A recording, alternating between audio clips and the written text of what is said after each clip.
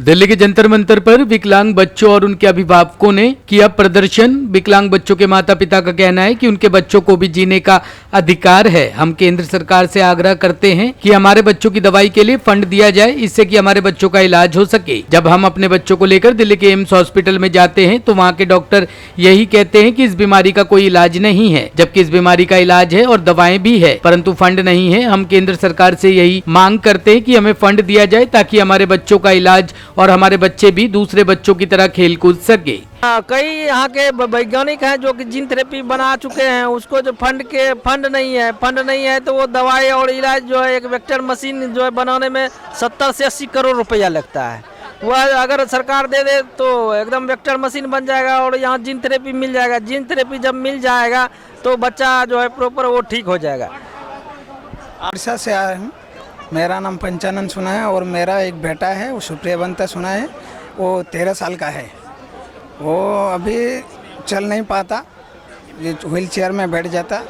मेरा बंधु तो बोल दिया है सब कुछ ये डीएमडी बारे में, और मैं इतना सरकार को विनती करता हूँ कि ये बीमार का अभी तक इलाज नहीं है, तो ये इलाज किसी प्रकार से रिसर्च करके हमारा ये बेटे को इलाज देने से बहुत अच्छा हुआ। आप अपने तो अभी नहीं आया, वो चल नहीं पाता, बहुत दूर है उड़ीसा, तो लेकर नहीं आया। गन्नौर से हूँ, गन्नौर हरियाणा से हूँ। मेरा लड़का 9 साल का है अभी, और वो जीने को सारा लेके चढ़ता है अभी।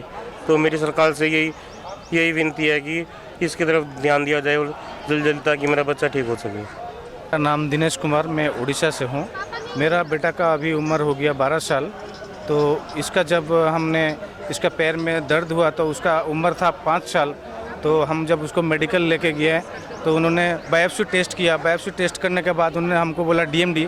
उस टाइम में हमको डीएमडी क्या पता नहीं था, तो फिर हमको उसको लेके जाना पड़ा बेंगलोर निमांस हॉस्पिटल। वहाँ पर उनका जेनेटिक टेस्ट हुआ। उसके बाद उन्होंने बोला कि आपका बेटा का डीएमडी है और उसका कोई अभी तक ट्रीटमेंट नहीं आया है, केवल इसका अभी फिजियोथेरापी है और फिजियोथेरापी कीजिए और आप अपने घर में जाकर सुख शांति में रहिए। लेकिन हम लोग बाद में जब पता चला कि बच्चे जब धीरे धीरे उसका उम्र बढ़ता गया और धीरे धीरे उसका हाथ और पैर सब कुछ अपना मसल वीकनेस हुआ, और अभी उसका शरीर में अगर कोई मच्छर अगर कोई मक्खी अगर बैठता है तो हम लोग जैसे हाथ उठाकर मार लेते हैं, तो वो उनका इतना भी क्षमता नहीं है कि उसको मारे। और ऐसा भी हम लोग इतना परेशान में है कि सरकार को हम लोग गुहार लगाते हैं कि हम लोग को बच्चे को बचा लीजिए। और ऐसे भी हम लोग का पास जो भी कुछ हम लोग ऐसा परिस्थिति में है, और हम लोग जो इनकम जो हम लोग मजदूर जो करते थे उतना पैसा में हम लोग का अपना घर का खाना पीना और किराया कुछ भी हम लोग का नहीं चलता है। और एक बच्चे के लिए दो आदमी को ज़रूर होता है, क्योंकि उसको खाना पीना वही पट्टी कराना, उसको नहलाना सब कुछ डिपेंड करता है उस कोई दूसरा का ऊपर। अभी तक जैसे कि हम लोग सारे स्टेट से आज दिल्ली आए हैं जंतर मंतर पे, और सरकार को हम लोग गुहार करते हैं कि आप हमारा मांग सुने और हमारा बच्चे को जीवन दान दे। और स्किपिंग और जो जीन थेरेपी जो अभी तक विदेशों में अभी उपलब्ध हुआ है, हम लोग का इंडिया को जल्दी से जल्द लाए और हम लोग का बच्चे को बचा दे। मस्कुलर डिस्ट्रॉफी के खिलाफ के उस पे बहुत लोगों ने सब कुछ बताया, हर चीज़। हम उसके बारे में कुछ नहीं बताना चाहते। हम सिर्फ ये बताना चाह रहे हैं कि इतना इम्पोर्टेंट इशू, और ये जितनी गोदी मीडिया है, जितना ये एक भी नहीं आया यहाँ, लोकल न्यूज़ वो आए, कोई रिपोर्टर नेशनल न्यूज़ का नहीं आया, वो क्योंकि उनको मालूम था कि यहाँ उनके आकाओं के खिलाफ कुछ ना कुछ बोला जाएगा, नारे दिए जाएंगे। एक भी नहीं आया। एक मोदी जी से ये निवेदन है कि जिस आत्मनिर्भर भारत की बात मोदी जी हमेशा करते हैं, मैं उस आत्मनिर्भर भारत की बहुत प्रशंसा करता हूं। लेकिन आज जो कहा जाता है ना, बच्चे देश का भविष्य हैं, आज यहाँ पे देख लीजिए सर अपना कैमरा घुमा के, वही देश का भविष्य आज व्हील चेयर पे है। व्हील चेयर पे सर देश कैसे बढ़ेगा? हमारा साइंटिस्ट, हमारा डॉक्टर, हमारा इंजीनियर आज व्हील चेयर पे है। सर कैसे हम अपने बच्चों को आगे बढ़ाएंगे, कैसे देश आगे बढ़ेगा। और आत्मनिर्भरता, मेक इन इंडिया, ये सब नारे क्या हैं सर? मेक इन इंडिया का मतलब अगर दवाएं विदेश में हैं तो मेक इन इंडिया के तहत उसको इंडिया में बनाया जाए, उसका पेटेंट लिया जाए। और सर अगर छोटा सा भी बुखार होता है ना, हम डॉक्टर के पास जाते हैं। ये जानलेवा बीमारी सर, हम कहाँ जाएंगे? ये जानलेवा बीमारी के लिए हम भी तो डॉक्टर के पास जाएंगे।